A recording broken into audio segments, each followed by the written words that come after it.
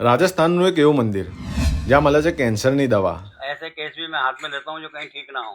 જી હા, અહીંયા થાય છે કેન્સરની દવા। પાલનપુરથી આબુ રોડ જતા વચ્ચે માવલથી આગળ અરવલ્લીના પહાડ વચ્ચે આ સ્થાન આવેલ છે, જ્યાં મહાદેવનું મંદિર વાવ પર સ્થિત છે।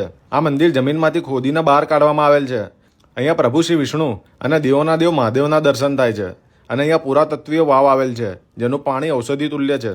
અને અહીંના ભગવાનગીરી મહારાજ આપે છે કેન્સરની દવા, જેમના 30 વર્ષીય ઔષધિ અભ્યાસ દ્વારા 70% કેન્સર મટાડી આપે છે અને બીજી 95% બીમારીઓનું ઇલાજ પણ કરે છે।